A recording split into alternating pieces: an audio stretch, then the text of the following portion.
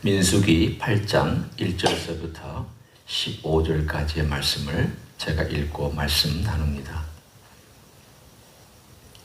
여호와께서 또 모세에게 말씀하여 이르시되 아론에게 말하여 이르라. 등불을 켤 때에는 7 등잔을 등잔대 앞으로 비추게 할지니라 하시매 아론이 그리하여 등불을 등잔대 앞으로 비추도록 켰으니 여호와께서 모세에게 명령하심과 같았더라. 이 등잔대의 제작법은 이러하니 곧 금을 쳐서 만든 것인데 밑판에서 끝끝까지 쳐서 만든 것이라.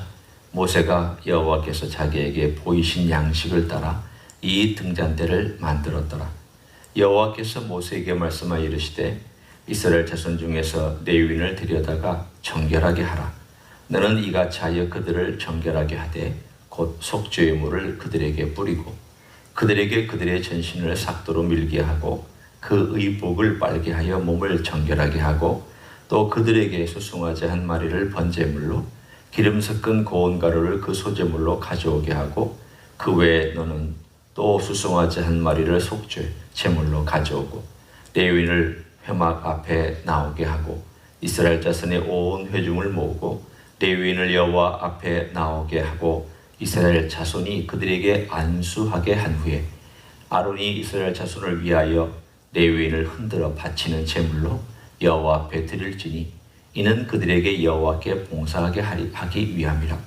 레위인으로 수송아지들의 머리에 안수하게 하고 네가 그 하나는 속죄 제물로 하나는 번제물로 여호와께 드려 레위인을 속죄하고 레위인을 아론과 그 아들들 앞에 세워 여호와께 요제로 드릴지니라. 너는 이같이 이스라엘 자손 중에서 레위인을 구별하라. 그리하면 그들이 내게 속할 것이라. 내가 그들을 정결하게 하여 요제로 드린 후에 그들이 회막에 들어가서 봉사할 것이니라. 아멘. 오늘 앞부분에 나와 있는 등잔대의 간단한 설명이 있은 이후에 5절부터 끝까지는 레위인이 여호와의 성막에서 섬기기 시작할 때 어떤 과정을 겪어야 하는가, 그것에 대한 메시지를 전하고 있습니다. 우리가 잘 알다시피 이미 얼마 전에 나왔던 본문처럼 하나님께서 원래는 첫 아들들을 하나님을 섬기는 일들을 하도록 그렇게 부르셨습니다. 그렇지만 금송아지 사건 때문에 하나님께서 그들 대신 레위인을 내가 택하여 쓰겠다. 그래서 레위인들이 첫 아들을 대신해서 성막에서 일하는 대신 그들은 그거에 대한 속전, 세, 그래서 세겔로 얼마를 바쳐서 하나님께서 나를 제해 주시고 레위인을 하나님께서 쓰시는 것에 대한 일종의 리딤 받는, 그래서 제외받는 그러한 하나님께 드리는 예물이 있었습니다. 그렇지만 일단 레위인을 하나님께 이제 바쳤다고 이렇게 할 때에 그럼 그 레위인이 어떻게 성막에서 첫 출발을 해야 되느냐, 그것에 대한 내용이 오늘 본문에 나온 이야기입니다. 제사장이 어떻게 출발하는지는 자세하게 우리가 설명을 이미 들었고요. 그 다음에 오늘 나와 있는 것은 그 제사장을 도와서 섬기는 레위인이 어떻게 그 첫 출발, 일종의 임명식이죠. 안수식이죠. 마치 안수 집사가, 장로가 이후에 올라와서 처음 하나님 아버지 앞에 시작하기 바로 그때 안수받는 것과 똑같은 그런 내용이 본문에 나옵니다. 오늘 여기 보면 특이한 내용들이 좀 있습니다. 여기에 7절에 속죄의 물을 뿌린다. 그리고 전신을 삭도로 민다. 의복을 빤다. 그래서 정결하게 한다 라는 말씀이 나옵니다. 그러니까 정결의식입니다. 여기서 속죄의 물은 일반 물이 아닙니다.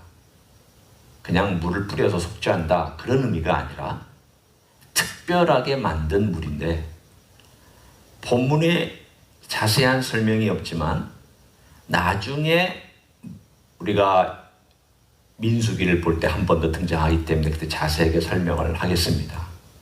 붉은 송아지, 이 붉은 송아지는 희귀하다고 합니다.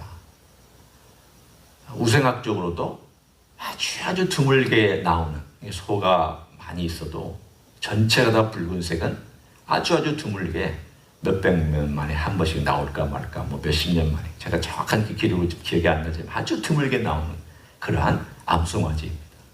그걸 완전히 태워서 재로 만든 다음에 그것을 물에다가 넣은 그 모든 것들을 뿌려주는 겁니다. 그러니까 결국은 이 속죄의 물은 정결하게 하는 의식에 있어서 제일 중요한 핵심이었습니다. 유대인은 지금도 성전, 제3성전이 세워지면 붉은 송아지가 나타날 것이라고 믿고 있습니다. 이것과 관련되어 있는 내용입니다. 하여간 오늘 본문에 나와 있는 것처럼 그들의 정결의식은 속죄의 물, 그 다음에 전신을 삭도로 미는 것, 그 다음에 의복을 바르는 것, 이 세 가지로 되어 있습니다. 그러니까 그리고 나서 하나님께 요제로 드립니다. 마치 오늘 본문에 읽으면 그들을 정결하게 하여 요제로 드린 후에 15절에 보면 그들을 요제로 드리는 표현이 되어 있습니다. 사람을 요제로 드린 건 아니죠. 예물을, 레위인 대신 안수한 그 하나님께 드리는 제물을 요제로 이렇게 흔들어서 드리는 그런 내용입니다. 이 흔들었던 것은 아마도 하나님께 속하였다라는 것을 알려주는 그러한 하나의 봉헌이었다는 생각을 할 수 있습니다. 오늘 이 모든 내용을 담아서 14절과 15절에 보면 그 모든 내용을 5가지로 정리하고 있습니다. 자, 한번 14절과 15절을 보겠습니다. 14절에 보면 레위인을 드릴 때 너는 이같이 이스라엘 자손 중에서 레위인을 구별하라. 첫 번째는 구별하라. 그리고 두 번째, 그리하면 그들이 내게 속할 것이라. 하나님께 속한다고 되어 있습니다. 15절 세 번째, 그들을 정결하게 하라. 네 번째, 요제로 드려라. 그리고 다섯 번째, 회막에 들어가서 봉사를 시작해라. 우리는 이 5가지 요소를 간단하게 살펴볼 것입니다. 맨 마지막에 봉사를 하려면 앞에 4가지가 선행이 되어야 됩니다. 이것은 우리에게도 시사하는 그런 부분이 많죠. 왜냐하면 우리가 하나님 그분을 섬길 때 일단은 우리가 교회라고 하는 좁은 의미를 한번 생각해 봅니다. 내가 교회에서 하나님을 섬기고 교회를 섬기고 또 하나님의 일을 할 때에 나에게 필요한 요소가 뭘까?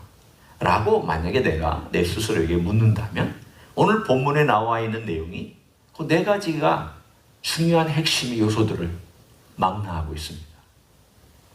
이 4가지 중요한 핵심의 요소들을 한번 잠깐 살펴보면 첫째는 구별한다는 겁니다. 우리는 구별된 존재라는 것을 얘기하는데 이것은 우리의 신분을 의미합니다.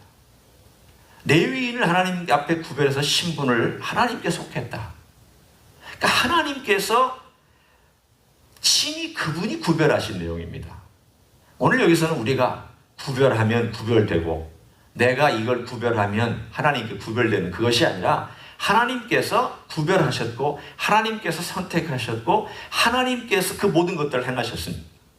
마치 우리가 그 또 이야기를 들은 것처럼 금송아지 사건 이후에 하나님께서 레위인을 구별하라고 명령하셨습니다.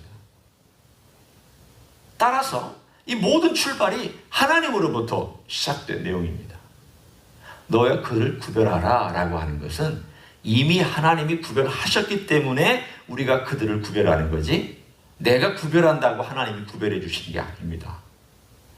출발은 하나님이셨고 하나님 모든 걸 행하셨습니다.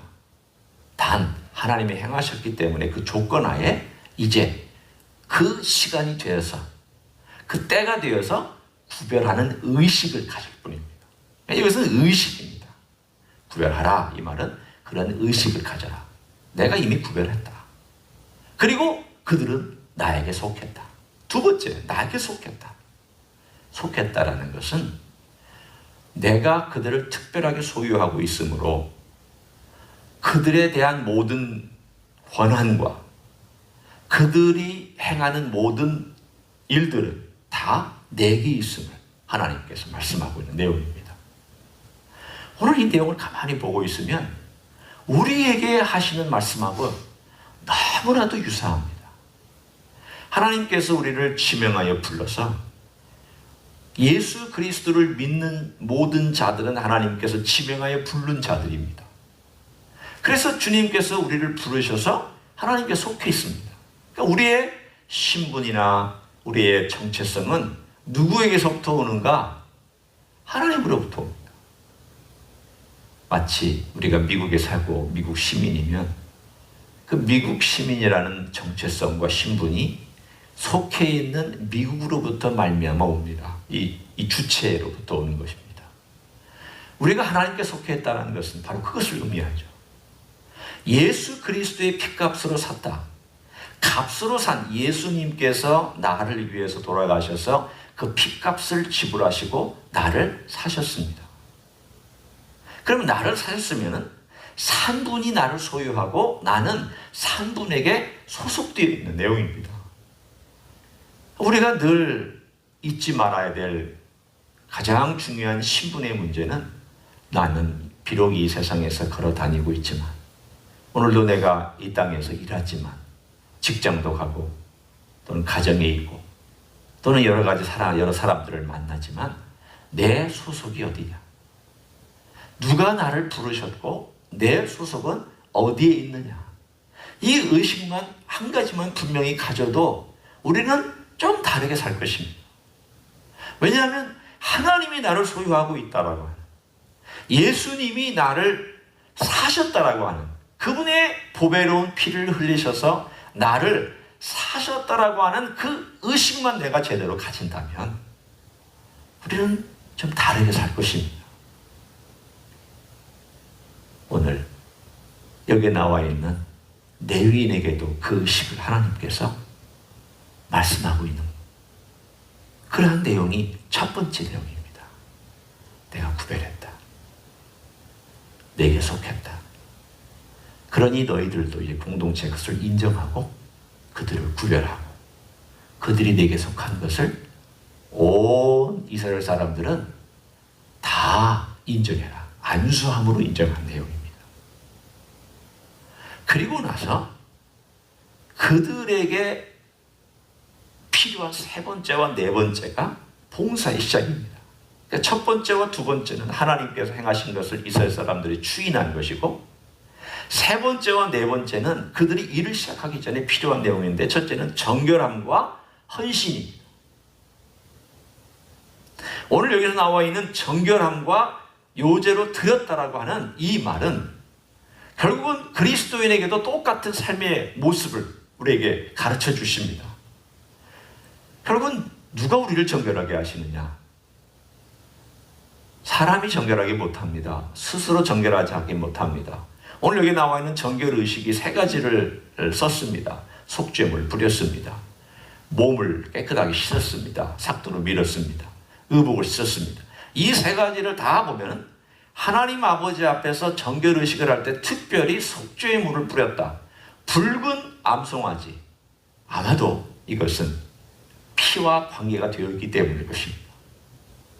우리로 말하면 예수 그리스도를 예표로 하는 한 가지 모습입니다.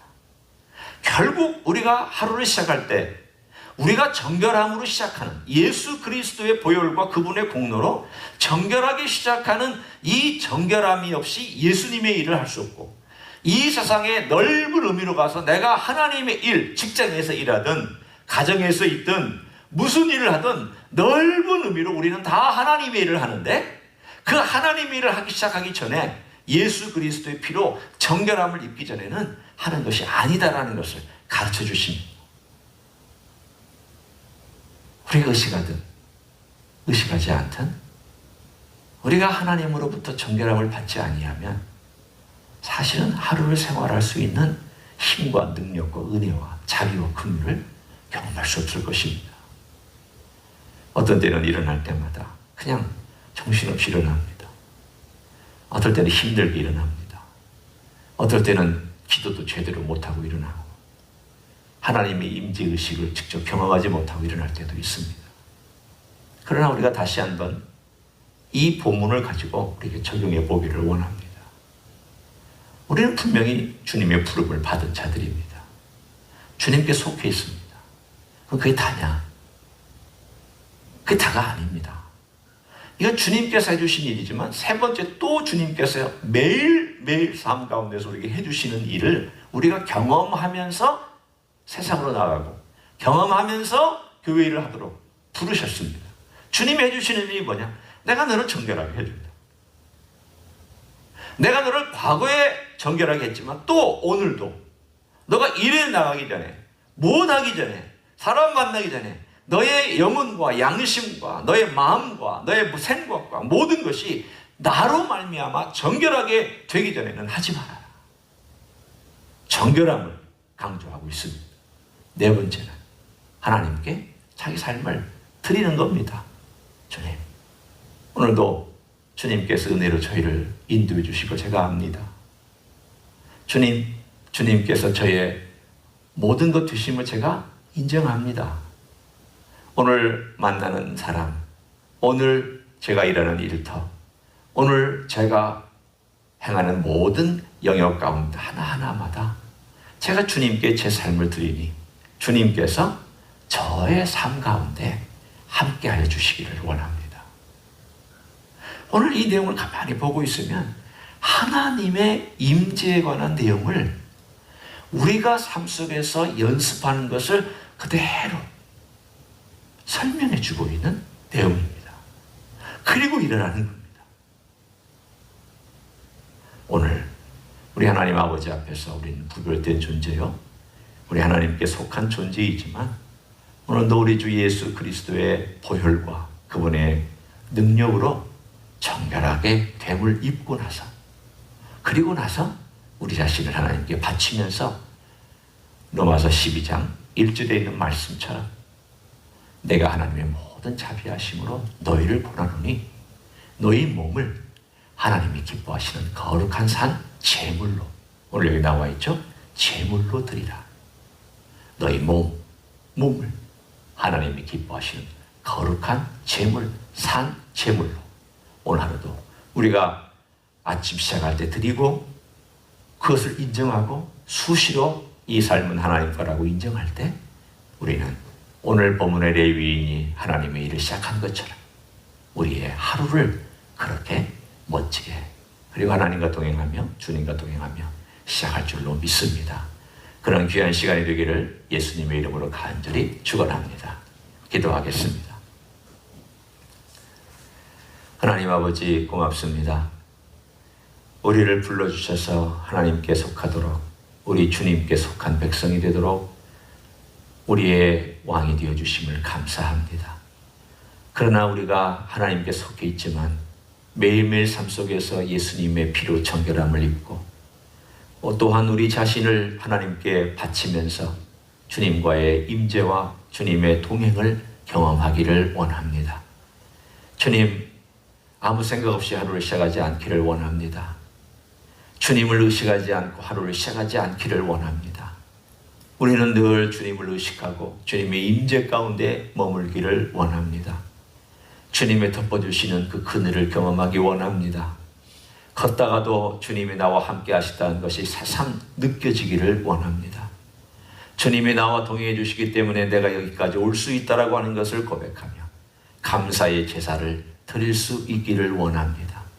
오늘 하루도 가정에서나 직장에서나 또 만나는 모든 관계에서나 우리 주님을 의지하며 의식하며 주님의 임재를 경험하며 살아가는 귀한 하루가 될 수 있도록 축복하여 주시옵소서. 이제는 우리 구주 예수 그리스도의 은혜와 하나님 아버지의 극진하신 사랑과 성령 하나님 교통하심의 역사가 레위인이 처음 하나님을 섬기기 시작했을 때에 정결함을 받고 또 예물을 드리고 하나님의 일을 시작하였던 것처럼 우리의 매일의 삶이 그렇게 우리 주님의 보혈로 정결함을 받고 우리의 몸을 산 제물로 드리는 귀한 헌신이 있고 나서 우리 주님의 뒤를 따라가고 주님과 동행하는 삶을 살기를 소원하는 가정에서 예배드리는 종들 위에와 이 자리에 참여한 종들 위에와 주 임재 희수교회 위에와 이민교회들과 한국교회들과 선교사님들 위에 이제로부터 영원히 함께 하실지어다. 아멘.